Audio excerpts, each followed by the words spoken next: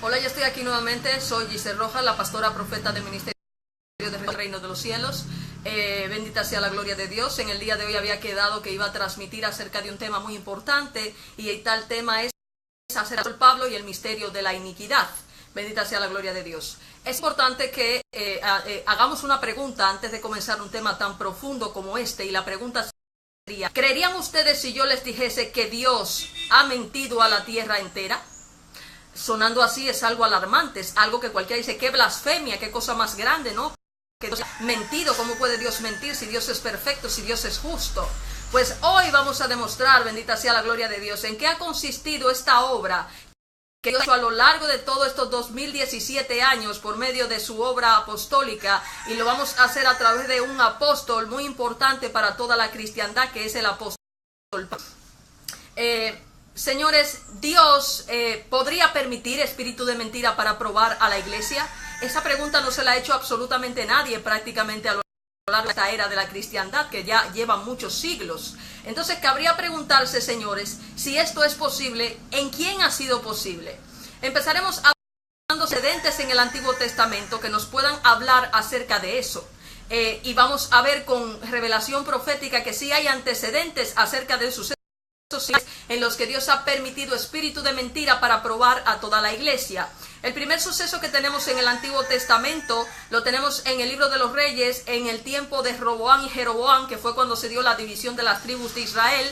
Dios permitió esto a causa de la idolatría. Quien se había dedicado a casarse con mujeres extranjeras, esto había provocado la ira de Dios porque se habían dado a la idolatría.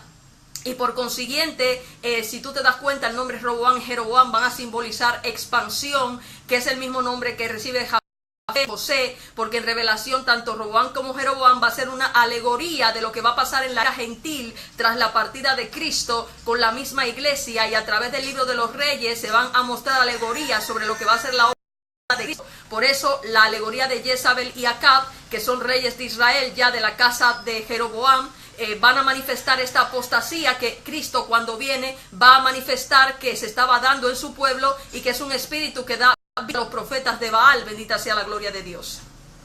Este antecedente nos habla de un profeta que había ido a advertir a Jeroboam de la idolatría que estaba viviendo en Samaria y de los problemas que había tenido porque se había erigido becerros de oro en el pueblo. Hizo incluso un discurso muy similar al de Aarón en el desierto cuando erigió el becerro de oro para los israelitas. Y este profeta se le dice que no puede comer ni beber allí. Sin embargo, este profeta come y bebe en ese lugar. Al hacerlo, ¿qué es lo que va a pasar? Lo hace porque el profeta vino y le dijo que sí podía hacerlo. ¿Y esto qué provocó? Que inmediatamente el espíritu de Yahvé se manifestara y lo condenara, porque él no podía comer ni beber en ese lugar porque le era prohibido. Y Dios lo que había hecho era probarlo a través de ese viejo profeta para saber si él era fiel. La primera que escuchó este profeta, bendita sea la gloria de Dios. Otro antecedente que tenemos en el que Dios prueba a la iglesia o a su pueblo es al profeta Balaam, cuando este hombre recibió una encomienda de los moabitas y los madianitas para él maldecir al pueblo de Israel. Lo tenemos en el libro de los Números, y este hombre se dejó seducir por la fama, por el poder y la gloria, y habiendo subido idolatría en su corazón, Dios le permitió a Balaam la mentira y le dijo: sí, sube, sabiendo hermano que ya Balaam se iba a descarriar y no iba a cumplir con la obra, sino que iba a maldecir al pueblo. Y cuando se habla de apostasía en toda la Biblia, siempre se refiere a Balaam, porque Balaam va a ser la persona que va a encarnar o va a encarar todo lo que va a ser los apóstoles, el camino malo del descarrío en el evangelio a causa de la apostasía. El otro antecedente, para no citar demasiados en el Antiguo Testamento, en el que Dios mintió o permitió espíritu de mentira a través de los profetas, lo tenemos claramente en el caso de Acab, cuando estaban él y Josafá, y se le permitió mentir a los profetas de Baal.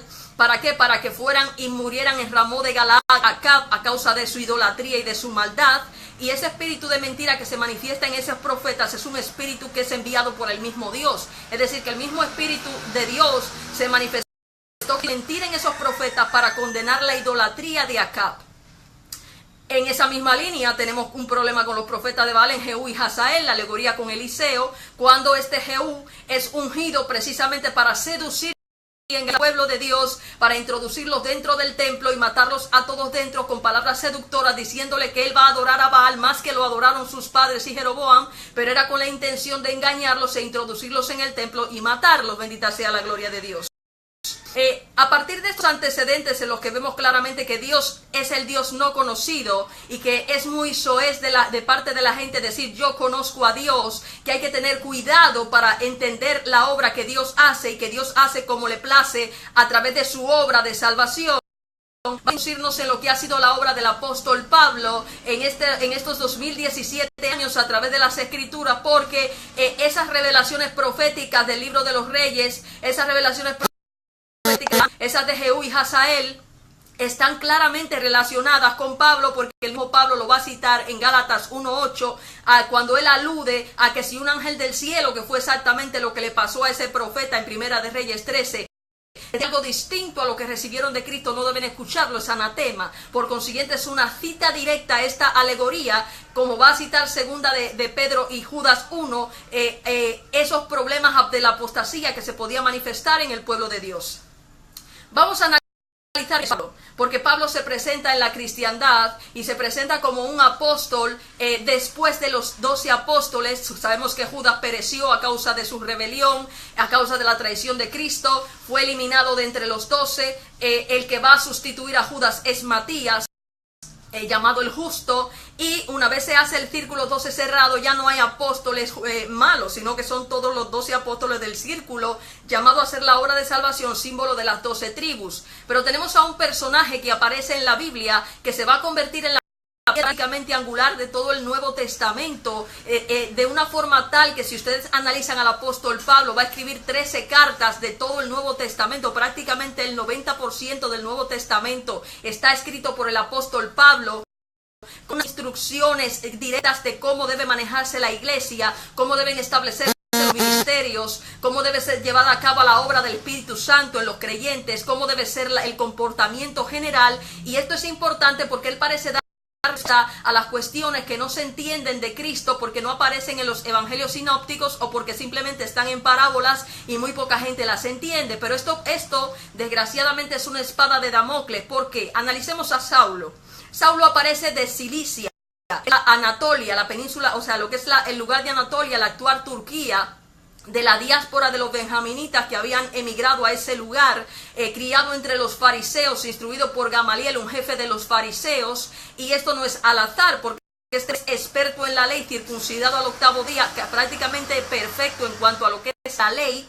El apóstol Pablo se presenta instruido absolutamente en todo, podía tener relación con los romanos, con los judíos, con una serie de personajes, porque está instruido y preparado para la obra que Dios tenía pensado a través del apóstol Pablo. Bien, él se presenta como apóstol de los gentiles. A los 12 apóstoles se les ha encomendado ir a buscar las ovejas perdidas de Israel, pero a Pablo se le presenta como el encargado de llevar el evangelio a los gentiles, y él es el que va a establecer prácticamente las 7 iglesias que va a ser la Turquía, que es la zona donde hemos hablado que en revelación profética se ubican los hijos de Jafet, que en revelación son los gentiles. Amén. ¿Qué pasa con el apóstol Pablo? Cuando Pablo es llamado por Cristo, curiosamente un hombre que estaba en la casa de Esteban, fariseo, perseguidor de los cristianos, da la impresión de que es un llamado simple, pero no es un llamado simple, porque curiosamente cuando Cristo le llama, que estaba asesinando a los hermanos de él le dice claramente una palabra que es probablemente el enlace de revelación más duro que tiene toda la Pablo. Aunque antes de eso vamos a analizar el nombre de Saúl. Saulo significa en hebreo Saulo, Saúl. Saúl es el nombre que tenía el líder que va a ser el perseguidor encarnecido de David a lo largo de todo el libro de los Reyes y Samuel. Esto no es al azar, porque curiosamente el nombre de Saulo es Pablo. Pablo significa pequeño llamado. Si nos vamos al libro de Samuel, cuando hablamos de Samuel y las palabras que le da Saúl, él le dice, tú crees que eres pequeño, el más pequeño entre las tribus de Israel, pero Dios te ha escogido para que sea rey. ¿Por qué se le dice pequeño llamado? Porque es la situación que tenía Saúl, se creía ser el más pequeño. Cuando se cambia el nombre a Pablo, también tiene otro enlace de revelación profética para que entiendas que se está hablando de ese Saúl de la cristiandad y que ese ministerio de esa alegoría tan poderosa de todo el Antiguo Testamento va a ser introducida a través de Pablo. Ahora, ¿qué va a suceder con Pablo? También es de Benjamín, como lo es Saúl. Y tú dirás, ay, son coincidencias. No son coincidencias. Es importantísimo entender qué es lo que Dios va a introducir a través del apóstol Pablo para entender la obra que él va a hacer a través de este apóstol. Porque recuerden, le dice, dura cosa te es dar coces contra el aguijón. Esta palabra, dura cosa te es dar coces contra el aguijón, te remite inmediatamente a Génesis, en su capítulo 49, del versículo 16 al 17, cuando establece que la tribu de Dan juzgaría al pueblo de Dios, que sería serpiente en el camino, que mordería el talón del caballo y haría caer hacia atrás al jinete. Entonces, ¿por qué le dice Cristo una palabra a Pablo que tiene que ver directamente con la tribu de Dan? ¿Por qué más adelante le dice, Saulo, Saulo, ¿por qué me persigues? Una palabra que se le dice a Saúl en la persecución en el desierto. Pues simple, la tribu de Dan está relacionada directamente con la serpiente. La serpiente es el diablo que está ubicado en el Edén. En el Edén, ¿qué fue lo que hizo la serpiente? Tentar a la iglesia en la figura de Eva, volverse al mandamiento de Cristo para rebelarse, volverse a la ley para juzgar por sí mismos lo que era bueno y lo que era malo, y hizo destituir de la gracia prácticamente a los primeros padres, entrando la muerte en ese Edén espiritual que era símbolo de Cristo y la iglesia. Bendita sea la gloria de Dios. Entonces esta serpiente, que además está relacionada directamente con Judas, a través de Génesis 3:15, cuando se da la rebelión, caen en maldición y la serpiente es condenada a arrastrarse por el suelo. Pero esta serpiente que va a morder el calcañar de Cristo, según el apóstol Juan en Judas, cuando él dice, el que come conmigo, ese será el que me va a traicionar. Este Judas es llamado por Juan hijo de perdición. Este Judas va a ser antecedente de esa tribu de Dan, detrás de quien estará la serpiente. Este Judas es el que al morir va a comprarse con la gente a Cristo un campo llamado Aceldama, que va a ser comprado por los principales sacerdotes de Israel y que va a ser el lugar donde va a haber sepultura para los extranjeros, como mismo va a pasar en la alegoría de Gog y Magog, con ese impío rey del norte que iba a invadir Israel. Bendita sea la guerra de Dios cuando le invadieran todas las naciones. Pero hijo de perdición, además, si nos vamos a segunda de Tesalonicenses 2, y estamos hablando de revelación profética, te lleva inmediatamente a ese poder engañoso que Dios dice que iba a enviar a la cristiandad para que no tuviese amor por la verdad, fuera condenado por complacerse en la mentira y en la iniquidad y por no tener amor por la verdad. Un impío que se iba a erigir en base a un poder enviado por el mismo Dios para hacerse pasar por Dios, querer tomar el trono de Dios, manifestar poder de milagros y prodigios por influjo de Satanás, y que todas las personas que se complacieran en la mentira y en la iniquidad serían por no tener amor por la verdad y complacerse en la iniquidad. Bendita sea la gloria de Dios. Pero es que además, si vemos el antecedente de este impío de segunda de Tesalonicenses 2, nos fuéramos a Apocalipsis 11 a partir del versículo 11, y veríamos que entraríamos inmediatamente por boca del profeta Jeremías en Babilonia, porque en Babilonia era que se iba a desatar el que a espada, espada, y el que a muerte, y eso es lo que da entrada al imperio romano, cuando se va a erigir la iglesia de Roma, y ese hijo de perdición que se iba a manifestar la cristiandad, apoyados en un poder engañoso que Dios mismo iba a enviar a la cristiandad para que todo el que no tuviera amor por la verdad se perdiera. Porque si analizamos lo que pasa con esta segunda bestia de Apocalipsis 13, tiene las mismas características que el hijo de perdición de segunda de Tesalonicenses 2.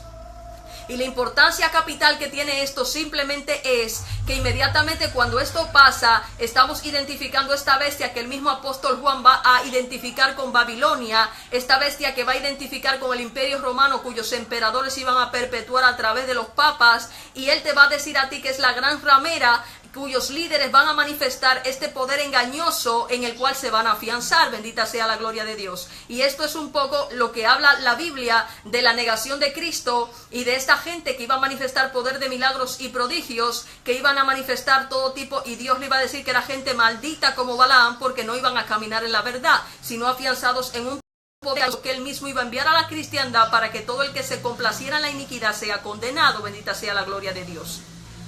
Ahora bien, hemos nadado muchísimo en la revelación, pero la gente cuando observa a Pablo alucina con Pablo, porque Pablo es un hombre que, si tú analizas su ministerio, habla palabras extremadamente seductoras.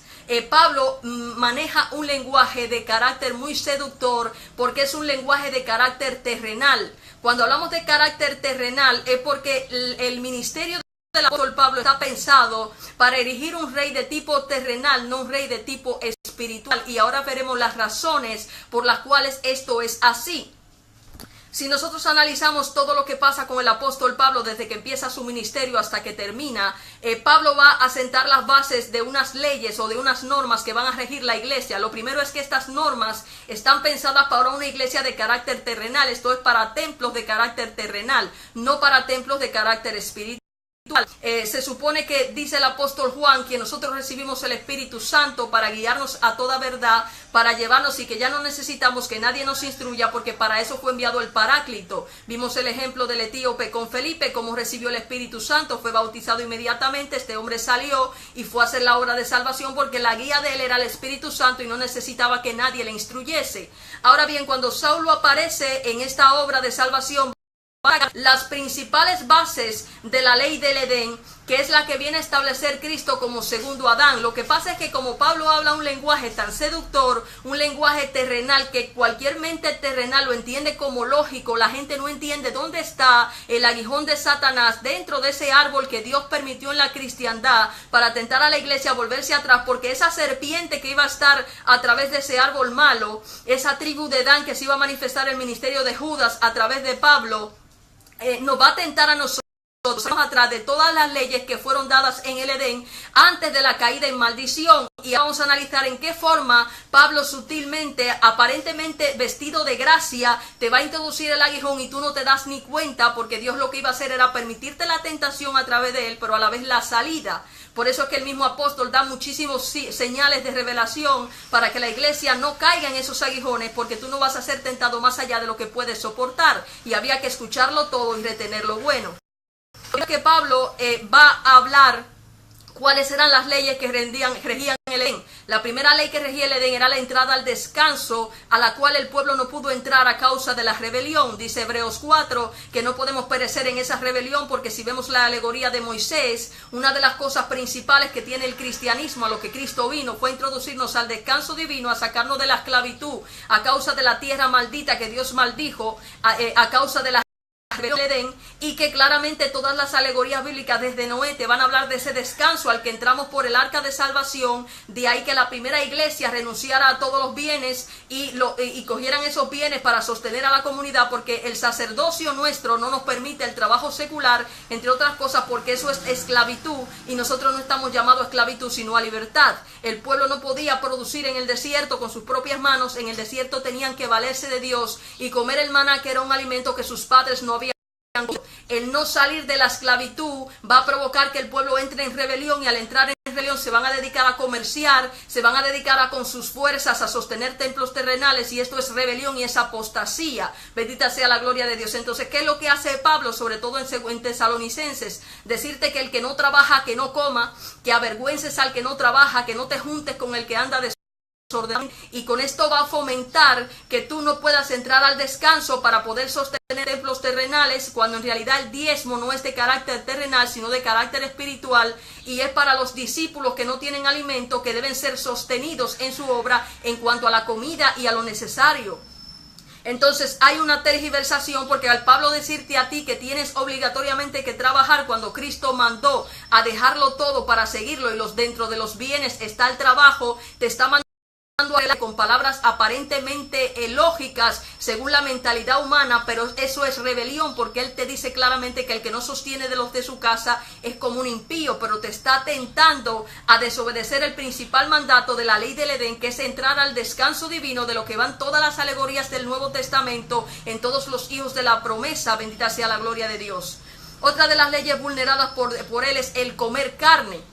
Pablo, tanto en Colosenses 2 como en Primera de Corintios 4, sacar de frente la ley del vegetarianismo, que en Génesis 1, 29, 30 fue la ley que estableció Dios en el estado de la gracia, que el hombre debía comer de los vegetales, las legumbres, de los cereales y de las frutas, y estaba prohibido comer la carne de los animales que son hijos de Dios. Entonces, al Pablo decirte a ti que en la gracia puedes comer de todo, al mandarte a decir que son espíritus de demonios los que consumen, los que te prohíben comer alimentos, te está introduciendo a ti en la rebelión ante una de las principales leyes del Edén, que se supone aunque la iglesia de Roma haya intentado tergiversarlo, Cristo estableció, porque es la lógica, Él es el segundo Adán que viene a introducirnos en el Edén espiritual. Por consiguiente es absurdo pensar, bendita sea la gloria de Dios, que Cristo te pueda demandar a ti algo distinto a lo que demanda el Edén, porque Él es el primero y es el último, es el alfa y el omega, es el principio y el fin. Bendita sea la gloria de Dios. Entonces Pablo vulnera de frente esta ley, alegando una supuesta libertad en la ley, que no es libertad sino un aguijón del que Dios permitió a través de Pablo para que todo el que se complaque en la muerte y el asesinato de los animales sea condenado por cuanto eso es rebelión. De ahí que cada vez que el Espíritu Santo demande esto a un creyente va a ser perseguido. Cuando un creyente el Espíritu Santo le demande trabajar va a ser perseguido, porque la misma ley tiene el aguijón para tentarte a ti a volverte atrás del santo mandamiento de Cristo. Bendita sea la gloria de Dios. A esas leyes del Edén a las que Cristo vino a introducirnos y que fueron vulneradas por el mismo apóstol Pablo. Otro asunto en la ley que Pablo va a vulnerar es el Espíritu Santo. ¿Para qué? Para apoyarte en la ley, literal. ¿Qué fue lo que hizo la serpiente en el Edén? Decirle a Eva, si tú comes, desobedeces al Espíritu Santo, no morirás. Al decirle así, ella empezó a juzgar lo que era justo y lo que no. Al sentirse desnuda, se cubrió. Esto es porque tuvo conocimiento de pecado. Pablo te dirá en Gálatas 3 que del conocimiento de la ley viene el conocimiento del pecado. Al venir el conocimiento, tú juzgas, y al juzgar te haces como Dios, y eso es rebelión, porque tú tienes que ser guiado por el Espíritu Santo. Pero cuando se te demanda, por ejemplo en Tito, que tienes que ser, para tener sana doctrina, tienes que vivir la literalidad de la ley, te está enviando a rebelarte contra cualquier mandato del Espíritu Santo, porque al no concordar con las Escrituras y con el aguijón vas a perseguir, a tú mismo vas a blasfemar al Espíritu y vas a perseguir a los que piensan distinto. Excúsenme si voy un poco rápido, pero el tema es complejo, pero esta es una de las revelaciones más poderosas de toda la cristiandad, y ha costado bastante esa revelación, y yo hoy voy a terminar de dársela al pueblo porque el pueblo realmente la necesita, para que salgan de una vez por todas del aguijón y salgan de Babilonia, donde están metidos por falta de conocimiento. Bendita sea la gloria de Dios. Otra ley que vulnera, la mujer. La mujer cayó en maldición y por eso el varón se enseñoreó de ella. Se supone que al venir Cristo, Él va a sacar a la mujer de esa maldición y le va a dar un estamento, un estatus similar al del varón, en el sentido ministerial, en el sentido personal, porque la mujer pasa a formar el cuerpo de Cristo por medio del Espíritu Santo. Por consiguiente, cuando Pablo empieza a limitar a la mujer, aludiendo al estado que ella tenía al ser la culpable de haber pecado en el Edén, cuando eso es una alegoría de la iglesia y de Cristo, y tomando en cuenta que ya ella ha sido libertada, volver a referir que ella es la que pecó, recordándole su pecado, eso es rebelión, porque te va a mandar a ti a hacer obras de impiedad contra un ser que ya Dios ha tenido por medio de su cuerpo. Bendita sea la gloria de Dios. Otro asunto que se va a vulnerar es el volverte a juzgar y hacer obras de ley, a juzgar por la ley a tus hermanos. Cuando Cristo te demanda a ti que no puedes juzgar absolutamente a nadie, Pablo va a mandarte a juzgar a tu hermano, te va a mandar a expulsar a tu hermano, a ni siquiera comer con él, y lo va a hacer en Primera de Corintios en su capítulo 15, al decirte claramente que cualquier caso de tipo de pecado sexual, cualquier tipo de pecado como robo, cualquier pecado debe ser juzgado por ti, y a ese perverso han de apartarlo de la comunidad supuestamente para no contaminarse. Pero esto vulnera la ley directa de Cristo al decir que no juzgues a nadie y que perdones hasta 70 veces 7. No es posible que se concilien ambos versículos, porque es contrario el mandato de Pablo al de Cristo, y además de esto, al referirte a cuestiones de ley, te está sacando de la gracia para mandarte a la ley y a juzgar por la ley, y te estás haciendo con eso adúltero, según Romanos 7. Porque se vuelve a la ley en la gracia, se convierte en adúltero espiritual. Entonces ese es uno de los problemas básicos. Otro asunto es el tema de los matrimonios. Pablo te concede la licencia de casarte a ti en tu carne por no estarte quemando. Al casarte en la carne por decisión tuya, haces tu ley lo que no es voluntad de Dios. Por eso dice la Biblia que en los tiempos de la apostasía la gente iba a estarse casando y dando en casamiento, porque la gente empieza a elegir pareja, empieza a escoger pareja y a casarse, y eso es rebelión. Porque dijo Cristo a los saduceos que en la gracia los vivos no somos muertos, y por consiguiente nosotros no nos casamos ni nos damos en casamiento, sino que estamos como los ángeles a la espera de ejecutar la voluntad de Dios, las órdenes de Dios para la obra de salvación. Bendita sea la gloria de Dios.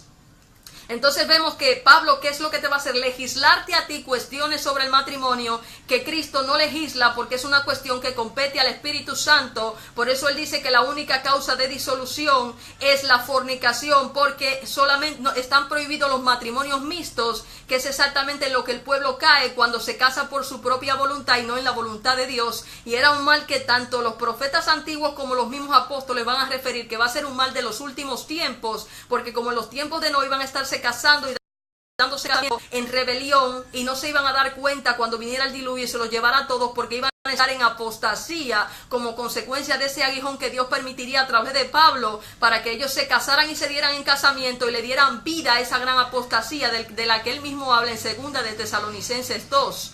Otro asunto es, en cuanto a la apostasía, no solamente es esa. Pablo, por otro lado, te permite a ti ser rico, cuando Cristo dice claramente que tú tienes que dejar todos tus bienes para poder ser discípulo de Cristo. Él te dice que usted como cristiano, si usted da limosna, usted puede ser rico, puede tener bienes, pero eso es contrario totalmente a lo que Cristo va a plantear, porque en Cristo nosotros tenemos que ser pobres. Él no tenía ni dónde recostar su cabeza y tú no eres mejor que Cristo. Se supone que nosotros tenemos que renunciar a todo lo de este mundo y hacer tesoros en el cielo, no en la tierra. Entonces, esta palabra de Pablo en primera de Timoteo, permitiendo que tú seas rico y que además, si eres ministro, por ejemplo, eres un evangelista, tengas derecho a una doble remuneración, ha fomentado todo lo que se llama doctrinas de la prosperidad, que hoy están moviéndose en el evangelio, afianzadas en ese poder engañoso.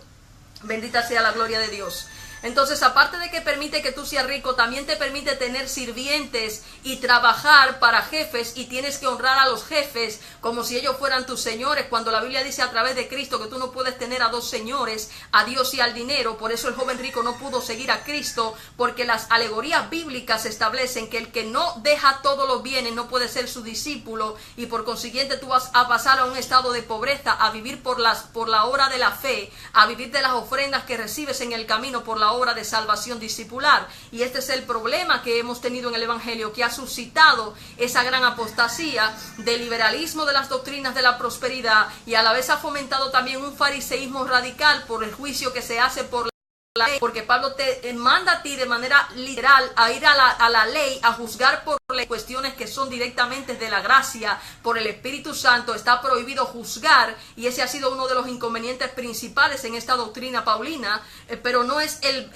la parte más luminosa del problema del apóstol Pablo, porque es que es un aguijón del diablo que hay metido ahí, en el cual, si tú no eres demasiado inteligente y no permaneces en el Espíritu, te vas a rebelar en el desierto y te vas a volver el diablo tú mismo. Y vamos a analizar esto para poder entender un poco el asunto. Entonces hemos dicho, para recapitular, que el apóstol Pablo va a atacar de frente todas las doctrinas de la gracia, todas las doctrinas, pero lo hace de una forma tan seductora y tan aparentemente lógica, que solamente permaneciendo en el Espíritu te puedes librar de esa prueba, porque esa prueba viene a razón de que Dios quería hacer un sistema en el cual probar y filtrar la tierra entera, manifestando falsos ministros, falsos maestros, falsos profetas, porque van a predicar de dinero, van a predicar de bendición terrenal, van a predicar en contra de todas las leyes del Edén, y van a ser aplaudidos porque está escrito, porque el poder del aguijón está en la ley, y el poder del pecado y de la muerte está en la ley. Bendita sea la gloria de Dios, que Dios le dio a él para introducir espíritu de mentira en todos los que se complacen en la iniquidad. Bendita sea la gloria de Dios.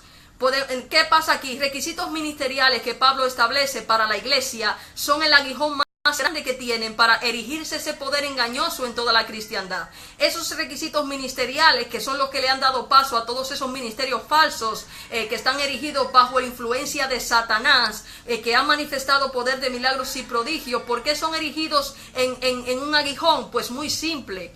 El mismo apóstol Pablo te da la respuesta en primera de Timoteo, en su capítulo 3, cuando habla del misterio de la vida. Nosotros no fuimos llamados a ser manifestados en carne para ser justificados en la carne, que es en la ley, en las obras de la ley, porque cuando Pablo habla de la carne se refiere a las obras de la ley, que son las que le dan vida a tu carne, sino que fuimos llamados a ser justificados en el Espíritu. En cuanto a los requisitos ministeriales que él establece, dice que buena cosa te es querer ser ministro, tienes que ser irreprensible y puesto a prueba, tienes que ser marido de una sola mujer, sujeta a los de tu casa, tienes que tener a tus hijos sujetos, porque si no, no puedes dominar la grey.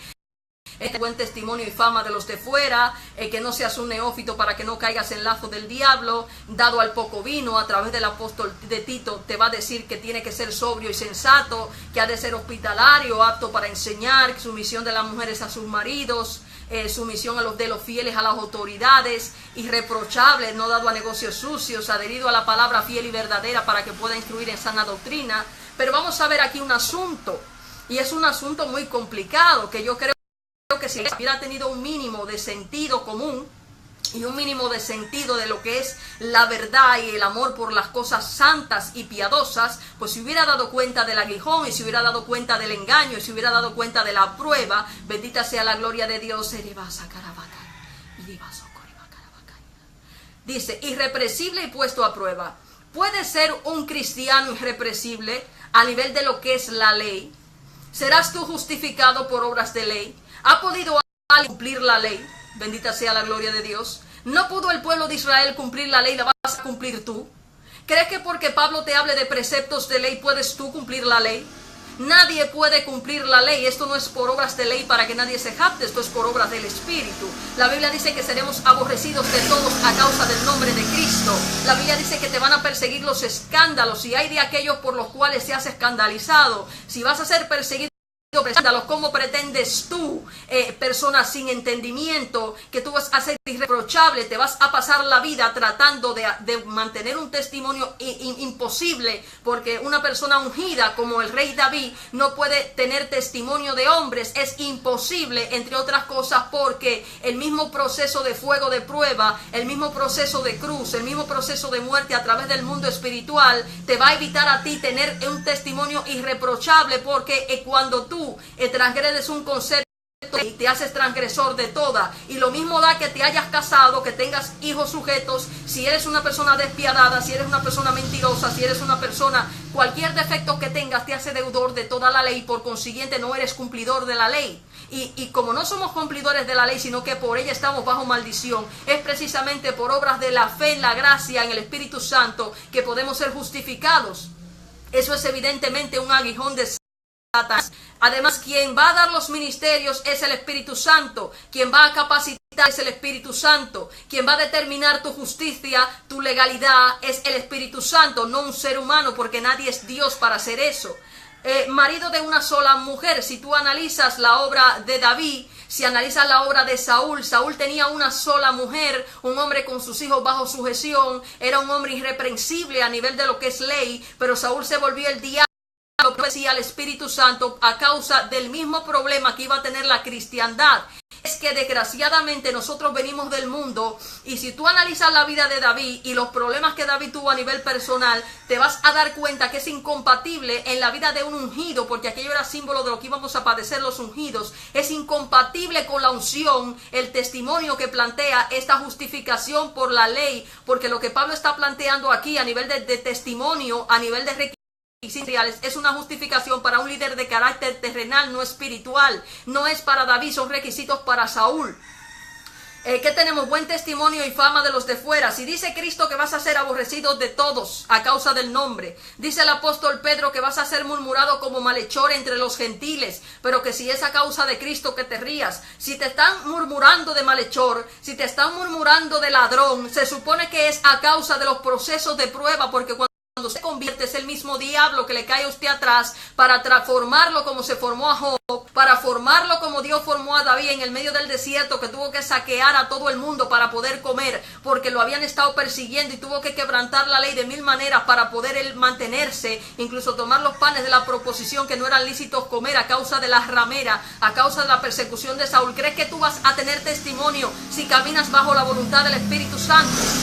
Es el espíritu que había en los profetas, es el espíritu de David, es el espíritu de los ungidos, es un espíritu perseguido por el diablo. Si usted va a saquear las almas al hombre fuerte, ¿usted cree que usted va a tener testimonio de ninguna clase? Dice la Biblia a través de las bienaventuranzas que los falsos profetas son los que reciben aplausos de todos, que los hijos de Dios iban a ser pobres, iban a pasar penurias, iban a pasar persecución, desnudez, enfermedad, de todo, porque íbamos a ser perseguidos en medio de la apostasía. Entonces es imposible que usted tenga buen testimonio de los de fuera si usted está en el Espíritu. Si usted tiene buen testimonio de los de afuera, es como un falso profeta. Usted está en rebelión a causa de la misma ley, y eso es de lógica humana. Nos habla de que no sea neófito. ¿Quién te dijo a ti que cuando el Espíritu Santo que llega a ti tiene que ser ese espíritu instruido? ¿No se supone que ese espíritu que llega a ti ya tiene miles de millones de años de instrucción? Entonces, ¿a qué se debe que usted quiera ser instruido por quién? ¿Qué hombre te puede instruir a ti que no sea el Espíritu Santo? Cuando tú caes en lazo de Satanás es cuando tú accedes a la rebelión, bendita sea la gloria de Dios. Eso es una cosa de lógica. ¿Qué te dice la Biblia? Que sea hospitalario. No dice que Cristo no tenía ni dónde recostar su cabeza. Y cuando le decían que iban a seguirlos, él le decía, síganme, pero que sepan que yo casa no tengo. Yo no tengo ni dónde vivir porque yo, desgraciadamente, he tenido que dejar todos mis bienes y a causa de la apostasía no recibo el diezmo que me corresponde y no tengo ni dónde recostarme porque nadie me da cobijo. Entonces, si se supone que Cristo planteaba esto, ¿quién te dijo a ti que tú vas a tener casa y vas a tener bienes para ser tu hospitalario? Eso lo hace una persona que no ha dejado los bienes, bendita sea la gloria de Dios. Apto para enseñar. ¿Quién capacita a la persona? ¿Es el Espíritu Santo o es la universidad? Yo nunca vi jamás que un hombre de fe, un hombre de conocimiento, mira, el único hombre en la Biblia que aparece instruido por maestros terrenales a nivel de testimonio es Pablo. Y miren ustedes por dónde va el testimonio de Pablo y por dónde va el ministerio de Pablo en la obra de la cristiandad, que es el aguijón más grande que Dios ha dejado a toda la cristiandad. Por eso hoy anda la iglesia haciéndose psicólogos, haciéndose médicos, haciéndose abogados, porque es que tienen la cabeza cuadrada, son nulos de entendimiento para entender que todo el conocimiento que existe está en el Espíritu Santo y que cuando usted está en el Espíritu, la instrucción que usted tiene es una instrucción sobrenatural. Cristo estaba escribiendo en el suelo y le decían, este hombre, ¿dónde ha aprendido a escribir? Este hombre, ¿qué conocimiento tiene para poder escribir si no sabe de letras? Es que el Espíritu fue el que le dio las letras. Es que no se puede ser tan ingenuo y no se puede ser tan terrenal y tan obtuso de entendimiento. Y así anda la iglesia queriendo buscar testimonios, teología en universidades, cuando el poder de Dios le es revelado a lo que no es, para que lo que es sea avergonzado. Pablo te va a mandar a ti a que tú tengas sumisión a las autoridades eclesiales. Tenemos jerarquías en los profetas, en los apóstoles, en los evangelistas. Desgraciadamente, a causa de la apostasía, los pastores se han hecho los reyes del pueblo y la mayoría se han puesto y no ha puesto Dios. Si un profeta les habla con la autoridad del Espíritu Santo, ¿a qué autoridad te vas a someter tú que no sea la del Espíritu Santo? Bendita sea la gloria. ¿Qué autoridad hay por encima del Espíritu Santo? Yo quiero que alguien en la iglesia que sea docto me lo diga a mí. No murió el apóstol Esteban por discutir con los fariseos que el templo de Dios no es de hombre, que él no mora en casas hechas por manos de hombres. El templo es de carácter espiritual. El Espíritu Santo que mora en mí es el Espíritu de Dios, el Espíritu que moraba en los profetas y el que me va a llevar a mí a toda verdad, el que me va a quebrantar, el que me va a fundir en fuego de prueba para que ya la obra mía pueda ser perfecta en Dios y el que me va a instruir a mí en toda justicia. A mí no me va a instruir hombre, porque ¿qué me puede a mí enseñar el hombre si el Espíritu de Dios mora en mí? Ahora, si yo no permanezco en el Espíritu Santo, tengo que ser instruido porque no tengo la unción del Santo. Pero si la unción del Santo, pues ¿a qué me tiene que instruir a mí nadie? Se supone que el conocimiento de todo lo que existe está en el Espíritu de Dios, no está en los hombres. Eso no se busca en universidades, bendita sea la gloria de Dios. ¿Qué te dice a ti? Evitar pleitos de genealogías. Las genealogías son la llave, son la puerta, la llave de todas las revelaciones proféticas, incluida la del rey David Saúl, incluida la de Pablo, incluida todas las alegorías bíblicas están metidas dentro de lo que va a ser las genealogías bíblicas. Si yo no tengo un conocimiento de ellas, no puedo llegar a las conclusiones que he llegado yo, ni al conocimiento profundo de la obra de Dios.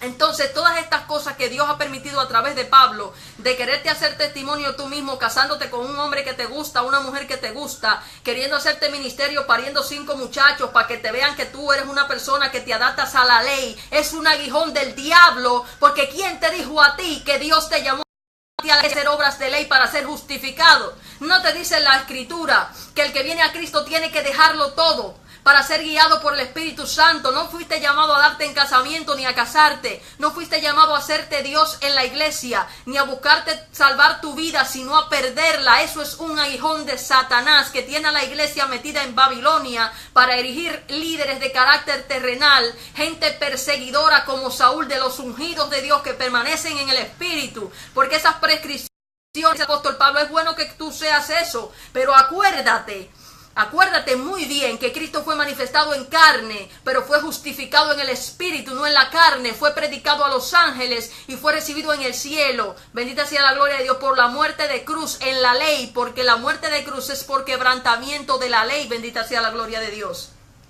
Entonces, ¿qué es lo que está pasando con el apóstol Pablo? Lo mismo que Dios hizo a través de Jehú.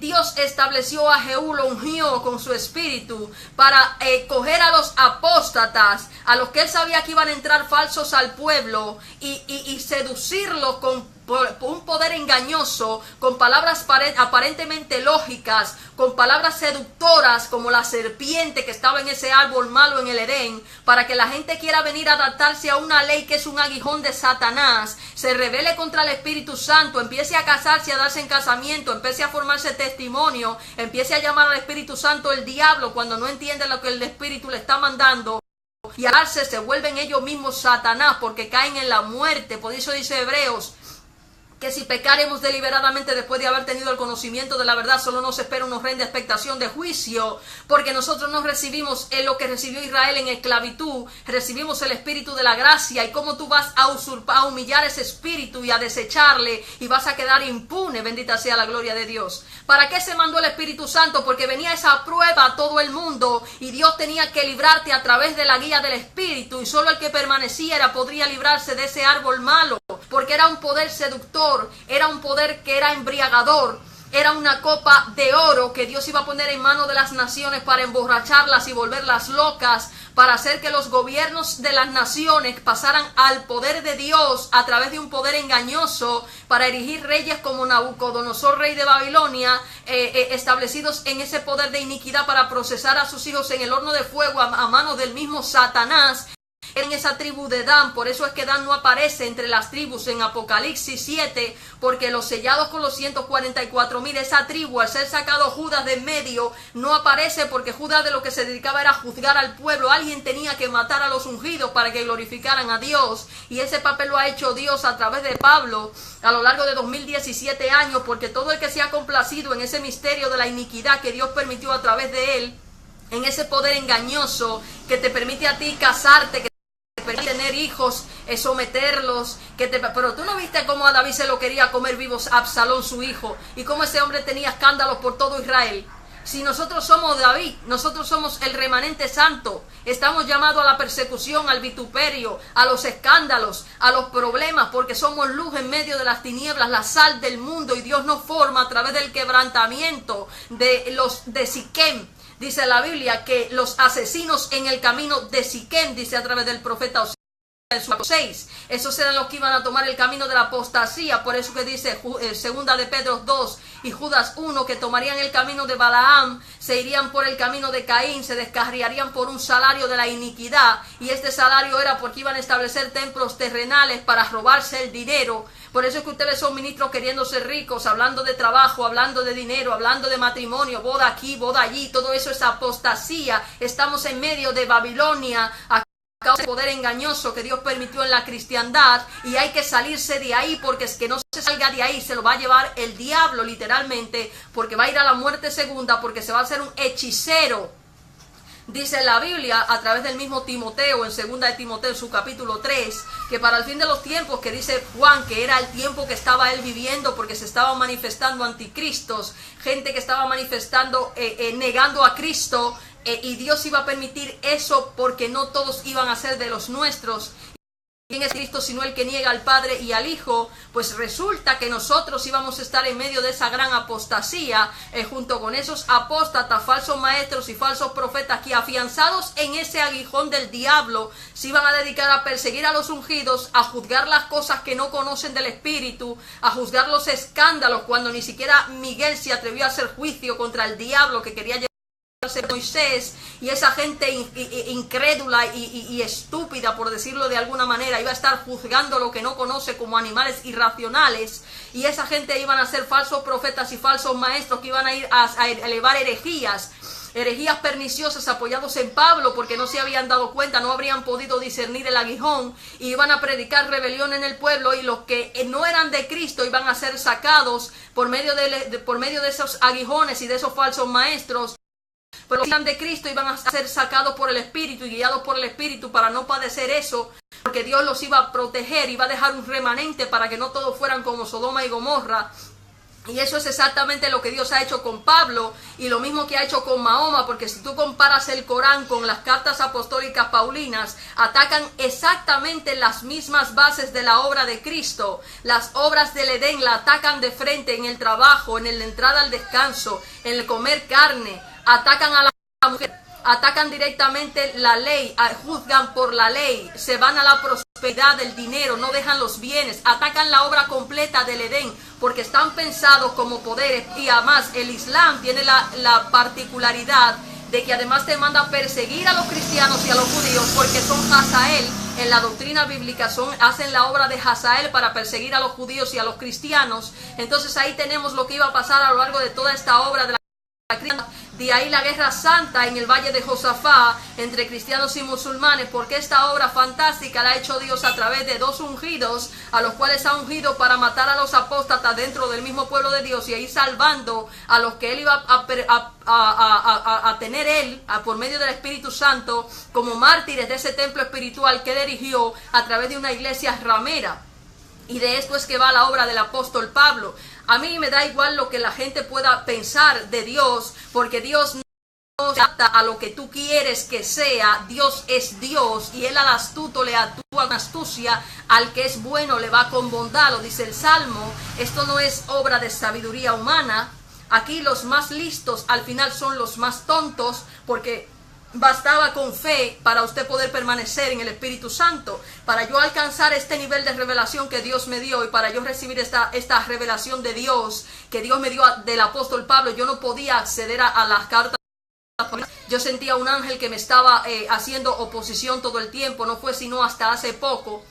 Yo tuve que pagar un precio muy alto, yo tuve que morir, yo tuve que decidir perder mi vida, tuve que preferir la ignominia, resistirme a todo lo que se llama sufrimiento, tener que padecer humillación, vergüenza, oprobio del mismo pueblo, hacer lo que no quería yo, sino lo que quería el Espíritu, para poderme llevar a mí a la muerte de mi carne y poder recibir la verdad y tomar de ese árbol de vida, doctrina de Cristo. Sepan que aunque la iglesia de Roma ha cambiado muchas cosas del Nuevo Testamento de Cristo para adaptarlas a las de Pablo, porque era más conveniente para ellos a nivel del misterio de iniquidad que ellos representan, sepan que a pesar de todo el Antiguo Testamento te da testimonio a ti de esa obra del Edén y de esas leyes del Edén, que son las que Pablo vulnera de manera muy seductora, porque el que lo escucha, el que tiene mente terrenal y natural, no se entera de que Pablo sexualmente te está mandando a volverte al mundo, a volver al trabajo, a la obra de las manos, a la maldición. Te está mandando a perseguir y a matar a tus hermanos, diciendo que eso es sana doctrina. Te está mandando a volverte a los bienes materiales en vez de dejarlos. Te está mandando a hartarte de carne sin ningún tipo de misericordia por los animales. Te está mandando a casarte con gente en tu carne, a hacer matrimonios mixtos. Te está metiendo en yugos desiguales, y lo está haciendo de forma muy seductora, porque es fariseísmo. Él te da levadura dentro de ese evangelio, pero que nadie piense que fue Pablo que lo hizo. El que ha hecho esto es Dios, porque Dios es así. Él tiene unas características muy peculiares, y en la obra de él se salva quien él quiere que se salve, no quien tú quieres no es porque tú quieras salvarte, es él el que te salva o el que te pierde. Entonces es importante que la iglesia hoy entienda este mensaje, porque este mensaje es real como la vida misma.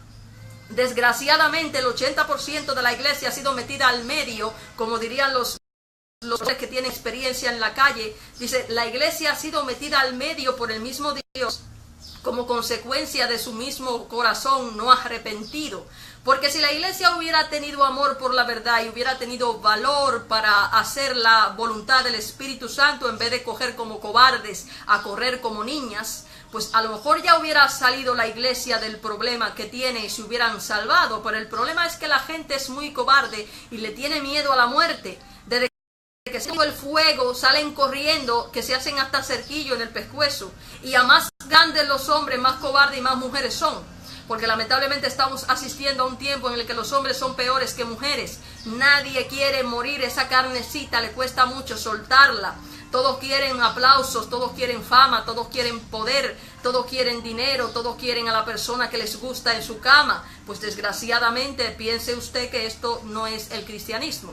Si usted no puede entender eso, pues lamentablemente usted a un templo muy complicado. Si no, dígaselo usted a los filisteos que se llevaron el arca al templo de Dagón y estaban llenos de tumores por todos los lados y tuvieron que devolverlas con oro incluido.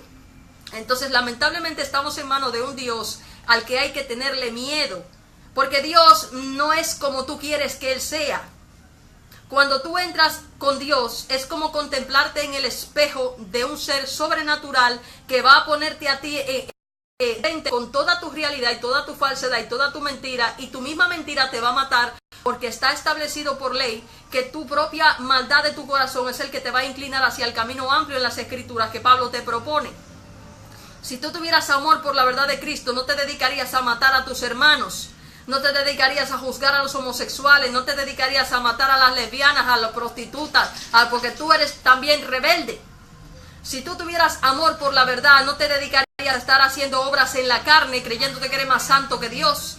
Si tú tuvieras amor por la verdad, no te dedicarías a humillar a las mujeres como si la mujer siguiera en maldición. Si tuvieras amor por la verdad, no te complacerías en asesinar a los animales que son inocentes. Entonces ese es el problema de la ley de Dios. Y esta ha sido la obra y el misterio de Dios a través del apóstol Pablo, que Pablo ha ejecutado la obra de Jehú en el Evangelio. Y lamentablemente todo el que a lo largo de estos 2017 años se ha complacido en la mentira y en la iniquidad se ha perdido, porque esta obra, este templo espiritual, es un templo para sacrificio de carácter espiritual, y Dios ha ido salvando a los creyentes a través de la matanza de los mismos impíos dentro del templo, como le hicieron a Cristo los fariseos y los saduceos. Bendita sea la gloria de Dios. Y esto es exactamente lo que Dios ha hecho. Yo les pido a ustedes que tengan conciencia y aprendan a conocer a Dios. Cuando Dios le permitió a Job que el diablo le tocara todo, ¿qué fue lo que no le tocó el diablo a Job? Porque Dios no lo especifica, pero si Dios le da poder a los espíritus del mundo de las tinieblas a que toquen tu carne, ¿qué no te va a tocar? ¿En qué pecado no te van a hacer caer? Entonces tú tienes que saber que si Dios te permite a ti eso, es para matarte en la cruz. Es para matar tu carne, para que dársete a conocer y que tú puedas manifestar frutos dignos de arrepentimiento con tus hermanos. Si el grano de trigo no cae al tierra y muere, queda solo, pero si muere da mucho fruto. La ley es clara. Lo que pasa es que el ser humano entiende que le da la gana. Bendita sea la gloria de Dios. Aprendan a conocer a Dios. Ha habido que morir para conocer a Dios, pero es mejor porque al final la justicia de Dios es eterna. Cuando yo veo a personas juzgando a los demás y despiadadamente, imagino que ellos nunca han visto la parábola del siervo despiadado. ¿Cuánto no te perdonó Dios a ti en el mundo? ¿Cuánto no tiene Dios que perdonarte todavía si solamente la insolencia de juzgar ya es un pecado? Sin embargo, la gente se cree que puede estar juzgando al otro como que ellos son Dios y que ellos son merecedores de toda honra y de toda gloria. Bájense de esa nube, que ustedes lo que son es fanfarrones, la mayoría. Un grupo de fanfarrones y falsos profetas y falsos maestros encima de los altares, encendiendo la ira de Dios cada día. Porque no tienen más que nubes sin agua, no tienen doctrina, no tienen verdad. Por eso dice a través del profeta Sofonías que él va a arrancar a los alegres fanfarrones de su pueblo para dejar un pueblo humilde, un pueblo santo que confiese su nombre. Ya estamos hartos, ya estoy harta de escuchar a esa gente fanfarrona alardear de que son algo siendo nada. Bájense de ahí, que ustedes tienen que morir y pagar el precio. Suban a la montaña a buscar madera para edificar el templo de Yahvé, que está en ruinas. Hace falta que el fuego del Espíritu Santo arda la iglesia, porque la iglesia está en la tierra. La iglesia no ha subido a la montaña, la iglesia es terrenal, tiene que subir al cielo, tiene que arrancarla a Dios de la tierra para llevarla al cielo, porque son gente terrenal, no conocen lo espiritual. Si les hablas de las cosas del Espíritu, te dicen que estás loco, no te escuchan. Ustedes son terrenales, tienen que cobrar vida porque están la mayoría muertos a causa de la rebelión. Ahora Dios ha revelado lo que pasa con el apóstol Pablo, pues queda de vosotros admitir la verdad y reconocerla. Admitir que ustedes han sido seducidos y atraídos por su propia concupiscencia y se han dejado meter por Dios. Pues hay que reflexionar y recapacitar, porque los reyes de Israel, cuando recapacitaban, recibían misericordia de Dios. Pero si todavía yo recibo la verdad y no la cumplo, no la escucho, pues yo tengo peor castigo que los de Sodoma y Gomorra. Bendita sea la gloria de Dios. Amados hermanos, esta ha sido la prédica de hoy. Para otro día yo intentaré hablar sobre un tema que Dios me dé, porque todos los temas que yo hablo son los que el Espíritu Santo me manda a hablar. No puedo hablar por mi propia voluntad, porque estamos en tiempos finales y el tiempo... hoy sabemos que estamos aquí, mañana no sabemos dónde estaremos. Pero yo les pido a ustedes que sigan escuchando la doctrina, que lo mediten, que lo consulten con el Espíritu Santo, porque es realmente importante lo que Dios está revelando a su iglesia para que se convierta de su rebelión. Espero que tengan un buen fin de día.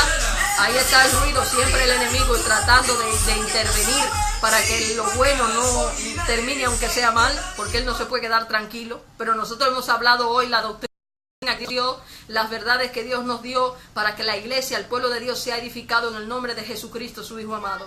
Así que, amados hermanos, que pasen ustedes un estupendo día. No dejen ustedes de orar, no dejen ustedes de consultar al Espíritu para que Él les dé testimonio de toda verdad. Porque ahora esto es una guerra, y en esta guerra ustedes van a tener que sacar sus armas, y las armas son espirituales, no son carnales. Que el Señor me los bendiga en este día y que pasen una buena final de tarde en nombre de Jesús.